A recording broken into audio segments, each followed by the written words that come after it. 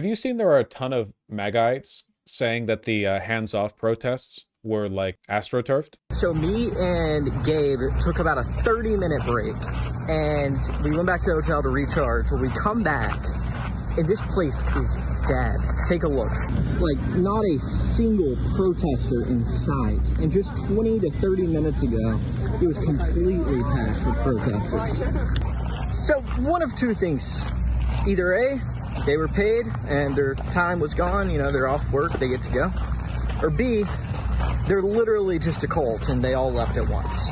Fellas, is it cultish to leave an event when the event is done? Yes? Oh, okay. Leaving this quickly after a protest is pretty cringe, though. Well, to be fair, do you trust him when he says it's been 20 minutes and now no one's here? Because it takes more than 20 minutes to clear out a crowd of like 200,000 people. So you probably shouldn't trust him at the face value of it. But there have been a lot of people, a lot of cons I've seen on social media arguing that the dude, there were like 1 million protesters minimum across the states. It was like, what was that video in New York? Hold on, let me find it. I really discounted this. I just feel a bit bad about it.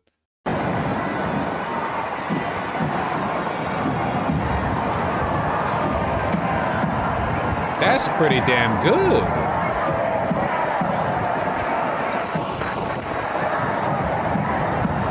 They were all paid to be there, of course. In NYC, the crowd was so long that people could have gotten to Madison Square Park at the beginning and spent like a couple hours at the park and then left before the rest of the crowd made it to the end. It's pretty nice. It's pretty good to see. There were some organizers for this event that are in the community, you know? I know, given the number of people who subscribe to the channel and how many people in America are actually invested in politics beyond, like, passing interest in the news, it's statistically likely that a lot of lefty organizers are going to, you know, be members of the community. I hope you're proud of yourselves. You sure paid a lot of people to go out there. What floor is that video taken from? I don't know. It's New York. It's Manhattan. Every building's, like, 500 feet tall minimum. It's pretty cool. Trying to find more like drone videos. Unfortunately, okay, actual recommendation to the organizers. I know that there wasn't like a big top-down effort here. It was pretty grassroots, but you guys got to get some drones out there. You have to get drones out there because it's so important to get those top-down shots, you know? I know a lot of you did. It's just, it'd be nice to have like a centralized, you know? Utah and Idaho are a bit of a shocker. One of the big things that we really need to start pushing for is way more participation in red areas. Because you can't, like, Republicans don't give up on blue states, right? Like, Republicans have been really aggressive in pushing for California and New York, even though, like, it's not likely, right, that they're going to get it federally, but they might get a seat or two in the House. But it seems like Democrats will just stop investing once a state is red. They've given up on Florida. They've given up on the Bible Belt. You know, they've given up on Texas. It's really important to get out there. Not just these cities either. It was like Asheville. Yeah, Asheville. They had a big old protest there too. Asheville's blue. Yeah, no, I know. Like the city of Asheville is blue. But I'm saying like it's important to get out there and be aggressive outside of like the you know, I don't know, the Democrat strongholds. Don't you think this will not make a change? Well, I don't know. Why don't you go pound sand? What do you mean? What, don't you think this isn't enough? Sure, I would love to magically fix everything. What do you mean? What are you doing? Did you attend any of these? Were you whining from the comfort of your seat? You know what he means? Yeah, I do know what he means. I reject the insistence that like cynicism or pessimism or whatever you want to call it, looking at stuff like this from a distance can be even remotely productive, you know? Like you have to see this as it is and go like, hey, you know, you have to be active. You have to be engaged because no one's going to be motivated to go out there and do anything. If you're like, well, it probably won't be enough, then you've already lost. This was in Minot, North Dakota. 250, insane for the size of the state. 250. Wow! Ah! Man, I gotta say, not getting a positive impression of this landscape based on the shot that's being taken here. This strip mall parking lot. A lot of places just don't have like town squares, you know, I guess. Bosch is going civil engineer mode again. Not just civil engineer mode, but like legitimately, it is so much easier to organize a protest when you have like a big walkable city, like town district that you can move through, rather than like, you know, where's the town center? Where should we hold a protest? Well, there's a lot of space in the Lowe's parking lot, you know, right next to the 16-lane Strode that cuts the town in half. It's and everyone has to drive here, and then everyone has to walk 3/4 of a mile to their car, you know. Here's the protests in my city, Detroit. They were pretty big. Bam, bam, bam, bam. Yeah, see, this is what I mean by drone video. You can't really tell how big the crowd is from here. How deep is that crowd? Now, I have seen drone footage of the Detroit crowd. It was pretty deep. It was a big crowd. But it's hard to tell from the car. You know what I mean. This is Shelby, North Carolina, Deep Red County.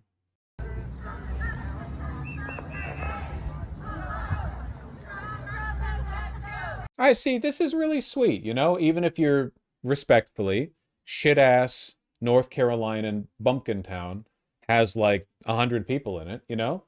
Statistically speaking, some of those 100 people are not fascists. At least they're coming out. No, I mean it. It's good. Look, you have to understand. Okay, listen. I've basically always lived in big cities, so I'm saying this like from an outside perspective. But like in a lot of these small red towns, you can be a Democrat or left-leaning or even just something basic like a feminist or pro-choice, right? And you can live your whole life like suppressed by the people around you. So to drive downtown and see a crowd, it's like a reminder, like it is possible. It is possible to do this. You can have these opinions. You're not alone in having them. And the people who have them are here, you know? That's important. Everyone should participate, even in shit-ass North Carolina and bumpkin towns. And it makes you a lot more brave for participating, you know? It's easy to jump in on the NYC protest, right? Because you're like, ooh, I'm a New Yorker. Hey, I'm a New Yorker. I'm going to hit that bodega. Oh, look at my shoes. Oh, I have a contemporary pants styling. Look at the flared pants. Hey, I'm walking here.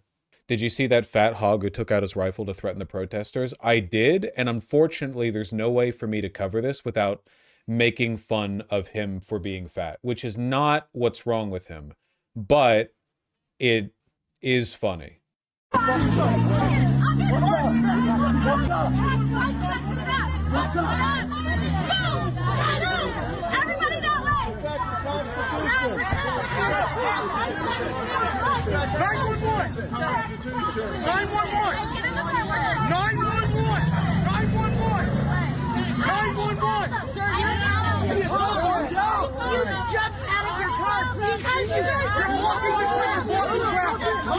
The protesters are blocking traffic. Let me.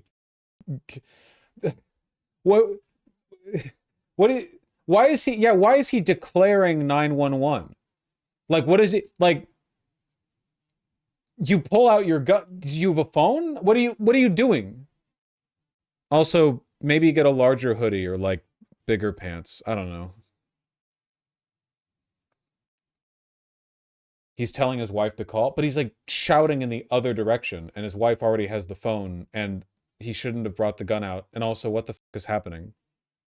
No, he's gonna take off. He's gonna try to go.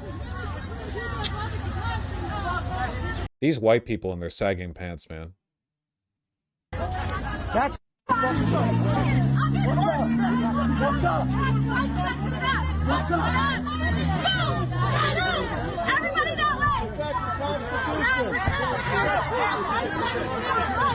Jesus Christ. We need to abolish the hoodie? No, we need to make the hoodie larger, I think. Pulling a gun because someone blocked your car is such treatler behavior. Holy. Yeah, the crazy thing is, too, like, I'm just going to go ahead and I'm apologizing for engaging in a bit of stereotyping here. I'm going to guess that these two individuals are probably not occupying, like, a phenomenal socioeconomic, like, demographic category, right? I'm guessing. Like, they've got a big car, but that might be all they've got. I don't know. I'm just guessing. Maybe I'm totally off. It's just like, this administration is not benefiting you, man. Like, I don't know. he was arrested and released because of complicit cops who claim self-defense. Well, we do have very aggressive, like, pro-gun protections in this country. He didn't brandish the firearm, right? Like, he kept it lowered the whole time. Like, he brandished it in a conventional sense, but he didn't brandish it in a legal sense because he kept it down. So, does it matter? Well, yeah, it matters a lot. You're allowed to have a firearm. Pulling it out as brandishing? Well, no, that depends. If you have a concealed carry on you and then you pull out that gun, that is brandishing. But if you're open carrying, holding the gun is not brandishing. It genuinely depends. And there's like a state by state kind of, depends on the prosecutor. Vosh and his silly gun takes. Dog, I'm not making a moral argument. I am telling you what the law is. I'm sorry about the country I live in, racist or something.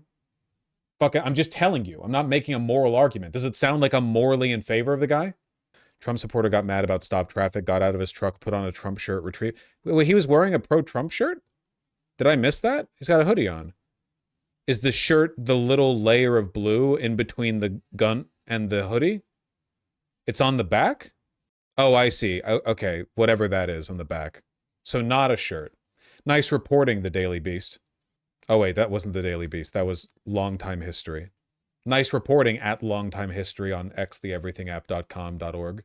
So what you're saying is I can commit armed theft but not actually armed if I don't raise the gun? No, I'm not saying that. I know you're being, like, cute with it, but, like, genuinely, the laws are finicky and complicated, and they really do depend a lot on whether or not you're white.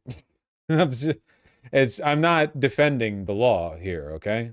Yeah, brandishing usually means like procuring a firearm to intimidate people, but there's a difference between doing it with a handgun versus a rifle, because with a rifle you can't conceal carry a rifle, at least not like easily because it's big. So the only real way to have a rifle on your person is to be holding it or to have it like on a sling around you. So having it visually displayed doesn't constitute brandishing in that context. That being said, he did go into the truck and pull it out, but he didn't point it. Listen, okay, if he was black, he would still be in jail. If he was a BLM protester and he did that, if he did that, then the prosecution, the police would not be favorable to him. I'm arguing that the ambiguity here exists, but the ambiguity exists to rule in favor of people the cops side with. Okay, there. The Trump supporter suffered a headbutt to the nose. Oh, he pulled out the gun after getting headbutt. I see, I see. Headbutt, front butt. Yeah, I guess he can argue self-defense there. No, he can't. No, that doesn't constitute self-defense. If you get headbutt and then you have to go into your car and get the gun out, he couldn't have shot the person who headbutt him and then called that self-defense. Reported Trump brandished the Airstar rifle, was arrested, later released after the police had determined he acted in self-defense. Okay, I don't even know. Okay. The police aren't a judge. I'm not, the police are racist, okay? I'm not, what the police have said here doesn't make any sense. He didn't engage in any behavior in self-defense. That doesn't make any sense. They let him out because he's white, okay? They're just saying self-defense. It's the cop. They don't know the law. Is that allowed everywhere? Don't ask me. It's not fair. Can't we just make fun of him for being fat? Can we go back to the simple times? Remember when things were easy? I didn't make our fuck-ass gun laws. Can we make fun of him for being stupid too? And a giant pussy. Imagine you're arguing with people and you get a headbutt, which is objectively like a funny way of getting attacked. And then you're like, oh, hold on, I've got a gun in my truck. Stay right there. And then go back to it or something. Call 911. Call 911. Man down. Friendly fire, something. You asked that already? Yeah, but your feelings change moment to moment, right? Like, maybe you're doing well in one moment, but now you're not doing well. I'm just, I care about you. I'm playing clarinet. Like Squidward?